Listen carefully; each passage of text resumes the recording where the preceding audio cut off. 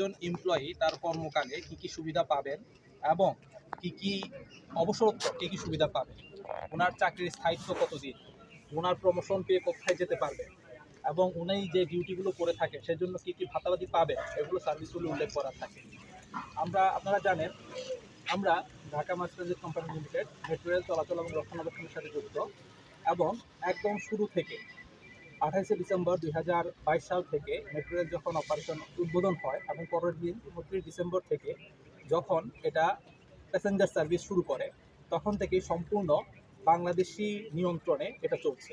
আমরা দেশে বিদেশে বিভিন্ন জায়গায় ট্রেনিংয়ের মাধ্যমে নিজেদেরকে দক্ষ করে তুলেছি। আমাদের এখানে শিফটিং ডিউটি হয়, 3 শিফটে আমরা ডিউটি করে থাকি 24/7 এবং এখানে কোনো সরকারি ছুটি আমরা পাই না। প্রতিদিনই আমরা সরকারি ছুটির দিনেও আমরা নর্মাল প্যাসেঞ্জার সার্ভিস দিয়ে থাকি, কিন্তু আমাদের এই যে শিফটিং ডিউটি আমরা করে থাকি এই জন্য আমরা কোনো ধরনের ভাতা পাই না। সরকারি ছুটির দিনে আমরা যে ডিউটিগুলো করে থাকি সেটার জন্য আমরা কোনো ধরনের ভাতা বা কোনো ধরনের কোনো সম্মানই পাওয়া যায় না।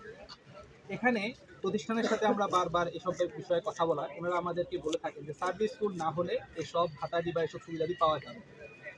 উল্লেখ্য, করোনাকালীন সময়ে আমাদের একজন সহকর্মী সেকশন ইঞ্জিনিয়ার জনাব শাকিল মিয়া মৃত্যুবরণ করেন করোনা আক্রান্ত হয়ে, এবং ওনার পরিবারকেও কোনো ধরনের আর্থিক সুবিধা দেওয়া হয়নি প্রতিষ্ঠান থেকে। যেটা দেওয়া হয়েছে সেটা হচ্ছে যতজন কর্মচারী তখন ছিল তাদের একদিনের মূল বেতন জমা করে চাঁদা আকারে তুলে তাদের পরিবারকে দেওয়া হয়। সার্ভিস রুল থাকলে সেখানে সুস্পষ্টভাবে উল্লেখ থাকবে যে একজন এমপ্লয়ি কর্মকালীন সময় মারা গেলে বা অন্য কোনো কার সময় মারা গেলে উনি কী ভাতা পাবেন বা কী সুবিধাদি পাবেন, ওনাকে কী ব্যবস্থা দেওয়া হবে। আমাদের প্রতিষ্ঠানে 2013 সালে ডিএমটিসিএল কোম্পানি ফর্ম হয়। আজ প্রায় 12 বছর পূর্ণ হয়ে 13 বছর চললো, কিন্তু আমাদের প্রতিষ্ঠানে এখনও কোনো সুস্পষ্ট সার্ভিস রুল নেই। এটা একটা প্রাতিষ্ঠানিক দুর্বলতা। সার্ভিস রুল হচ্ছে এমন একটি জিনিস যেটা আমাকে ডিফাইন করে দিবে আমি কোথায় যাব, আমি অ্যাজ এ এমপ্লয়ি কী পাবো না। কিন্তু আমাদের মেট্রো রেল 3 বছর যাবৎ অপারেশনে আছে, প্যাসেঞ্জার সার্ভিস আমরা দিচ্ছি, কিন্তু প্রতিষ্ঠানের যে দায়িত্ব সার্ভিস রুল প্রদান করা সেটা এখনও পাওয়া যায় না। এসব সার্ভিস না হলে আমি আজকে অসুস্থ হতে পারি, মারা যেতে পারি, সেজন্য আমার পরিবার আছে, আমাদের সবারই পরিবার আছে, এই পরিবার কি পাবে এটা এখনও প্রতিষ্ঠান থেকে ডিফাইন করা হয়নি। তাই আজকের আমাদের অবস্থান কর্মসূচি বিগত বেশ কয়েকদিন থেকেই চলছে। ডিপোর অভ্যন্তরে আমরা কর্মসূচি চালিয়ে যাচ্ছি। আমাদের পরিচালক প্রশাসন স্যার আশ্বস্ত করেছিলেন যে আজকে 9 তারিখ বোর্ড মিটিংয়ে সার্ভিস রুল পাস করার জন্য উনি সর্বাত্মক চেষ্টা করবেন।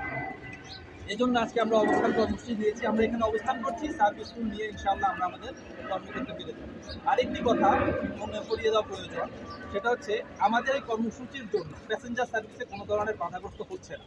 নর্মাল ট্রেন মুভমেন্ট চলাচল আছে, স্টেশন সার্ভিস আছে, মেনটেন্যান্স চালু আছে। আমরা এখানে যারা উপস্থিত হয়েছে তারা কেউই ডিউটিরত অবস্থায় এখানে উপস্থিত নয়। আমি আগেই বলেছি যে আমরা শিফটিং ডিউটি করে থাকি। এখানে যারা অবস্থান করেছেন কেউই মর্নিং শিফট ডিউটিতে নেই, সবাই হয়তো ইভিনিং শিফটে যাবেন, কেউ নাইট শিফটে যাবেন, কেউ নাইট শিফট করে এখানে আছেন, কারো হয়তো পিরিয়ডিক অফ ডে চলছে। তাই আমরা একটা জিনিস জানাতে চাই, আমরা জনদুর্ভোগ সৃষ্টি করে কোনো ধরনের আন্দোলন করছি না, কোনো ধরনের অবস্থান কর্মসূচি করছি না। আমরা চাই আমাদের ন্যায্য অধিকার যেটা সার্ভিস রুলের মাধ্যমে আমরা পেতে পারি। দাবি মানা না হলে আপনারা ওইদিকে যাবেন কিনা? দাবি মানা না হলে পরবর্তীতে আমরা আসলে কি সিদ্ধান্ত নিব এখন আমরা ডিসাইড করি। তবে আমরা চাই প্রতিষ্ঠান সুন্দরভাবে চলুক, আমাদের দাবি সঠিকভাবে আদায় হোক, যাত্রী দুর্ভোগ আমরা চাই না। কিন্তু প্রতিষ্ঠান যদি আমাদেরকে ঠেলে দেয় কোনো একটা কঠোর কর্মসূচির দিকে, আমরা সেটা যেতে বাধ্য হব এবং এই জন্য প্রতিষ্ঠান দায়ী থাকবে। আপনাদের যে অবস্থান কর্মসূচি সেটা হচ্ছে আপনারা কতক্ষণ পর্যন্ত চালাবেন? যতক্ষণ পর্যন্ত বোর্ডের সবার সিদ্ধান্ত না হয় সেই পর্যন্ত? আজকে সিদ্ধান্ত হবে, আজকে বোর্ড মিটিং আছে, আমরা বোর্ড মিটিং শেষ হয়ে সার্ভিস রুলের সিদ্ধান্ত যখন পাবো তখনই আমরা এখান থেকে অবস্থান ত্যাগ করব। মানে আজকেই সিদ্ধান্ত আসতে পারে? আজকেই সিদ্ধান্ত আসতে পারে, আমরা সেটার অপেক্ষায় আছি। মানে যেটাই হোক আজকেই সিদ্ধান্ত হবে। আজকেই সিদ্ধান্ত হবে, হচ্ছে কি হচ্ছে না দুটার মধ্যে একটা সিদ্ধান্ত তো অবশ্যই আজকে হবে। যদি যে সিদ্ধান্ত